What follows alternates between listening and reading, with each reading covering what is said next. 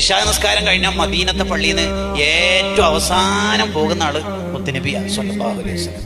അതെന്താ മദീനത്തെ പള്ളിയിൽ നിന്ന് ഏറ്റവും ലാസ്റ്റ് പോകാനുള്ള കാരണം അഹ്ലു സുഫത്തിൽപ്പെട്ട ആരെങ്കിലും അശാ ഡിന്നർ കഴിച്ചോ എന്ന് ചെക്ക് ചെയ്യാനാണ്. കഴിച്ചിട്ടില്ല? ബാക്കിയുണ്ടോ? മയാസിരിൽ മുസ്ലിമീൻ സ്വഹാബത്തിന്റെ പണക്കാരോട് ചോദിക്കും, എത്ര ആളെ കൊണ്ടുപോകാൻ പറ്റും? മോനിക്ക് രണ്ടുപേര്. നബി തങ്ങളുടെ തക്കാഫുലിന്റെ പിരിവും സംഘടന കണ്ടോ? രണ്ടാളെ കൂട്ടിട്ടു. നിങ്ങൾക്ക് എത്ര ആൾ കൊണ്ടുപോകാൻ? 4 പേരെ കൊണ്ടുപോകാൻ പറ്റും. തങ്ങളുടെ പിരിവ് കണ്ടിട്ട് ചില സ്വഹാബത്ത് കുറേ ആൾ ഏറ്റവും 4 ആളും ഇനിയും കുറേ ആളുണ്ടല്ലോ, എന്താ ചെയ്യാം? മോനിക്ക് എത്ര ആൾ കൊണ്ടുപോകും? അപ്പൊ സഅദ് ബിൻ ഉബാദ റളിയല്ലാഹു അൻഹു പറഞ്ഞു, ഞാൻ 84 ആളെ കൊണ്ടുപോയിക്കോളാം. ഒരു രാത്രി 2 മുത്തലിമീങ്ങൾക്ക് ഫുഡ് കൊടുക്കുമ്പോൾ നമുക്കൊന്നും തോന്നിപ്പോകരുതട്ടോ. 84 ആളെ ഞാൻ കൊണ്ടുപോയിക്കൊള്ളാം. അങ്ങനെ എല്ലാവരും പോയി ഉറപ്പായാൽ മദീനത്തെ പള്ളിയിൽ നിന്ന് ലോകരാജാവ് മെല്ലെ ഇറങ്ങും. എടുത്തേക്ക് അപ്പുറത്തെ വീട്ടിലേക്ക്, സ്വന്തം വീട്ടിലേക്ക്. ആ വീട്ടിൽ എന്തെങ്കിലും ഉണ്ടാവും? ഒന്നും ഉണ്ടാവില്ല. എന്തുണ്ടാവില്ല? കെട്ടിവെച്ച കല്ലുണ്ടാവും അവിടെ. കല്ല് കെട്ടിവെക്കൽ, ഇരിക്കുമ്പോൾ കല്ല് കെട്ടിവെക്കാൻ പറ്റൂല, വയറിന് താങ്ങാനില്ല. കിടക്കുമ്പോൾ കെട്ടിയാൽ കുറച്ചുകൂടി ഭാരമാവും. നടക്കുമ്പോൾ നിൽക്കുമ്പോഴൊക്കെയാണ് ഈ കല്ല് കെട്ടൽ എന്ന് പറയുന്ന പരിപാടി.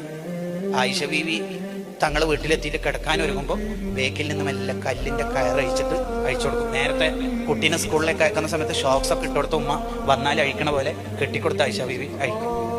എന്നിട്ട് കിടക്കും. കിടക്കുന്ന സമയത്ത് ചിലപ്പം വയറുവേദന വരും. അബുൽ ഖാസിം റസാഖ് തങ്ങളുടെ തദ്കിറത്തുൽ മുഹിബ്ബീനിലുണ്ട്. ഷക്കൂർ എന്ന പേരിന്റെ വ്യാഖ്യാനത്തിലാണ് കൃത്യമായിട്ടുള്ളത്. അപ്പോൾ വയറുവേദന വരുമ്പോൾ ആയിഷ ബീവി കരിയും, താങ്ങാൻ കഴിയില്ല. എന്നിട്ട് അങ്ങനെ വയറ് തടവി കൊടുക്കുമ്പോൾ തങ്ങളോട് ചോദിക്കും, എന്തിനാണ് ഈ റിസ്ക് ഒക്കെ സഹിക്കുന്നത്? ഒന്നാം അള്ളാഹിനോട് ഒരു ചോദ്യം അങ്ങ് ചോദിച്ചിട്ടുണ്ടെങ്കിൽ കുനൂസ ദുനിയാവിൽ ആഖിറ, ദുനിയാവ് ആഖിറത്തിലും സർവ്വനിധി കുംഭങ്ങൾ ഇവിടെ വാരിക്കോരി തരൂലേ, ഒന്ന് ചോദിച്ചൂടെ? അന്നേരം ആയിഷ ബീവിക്ക് നിലപാട് പഠിപ്പിച്ചു കൊടുക്കും.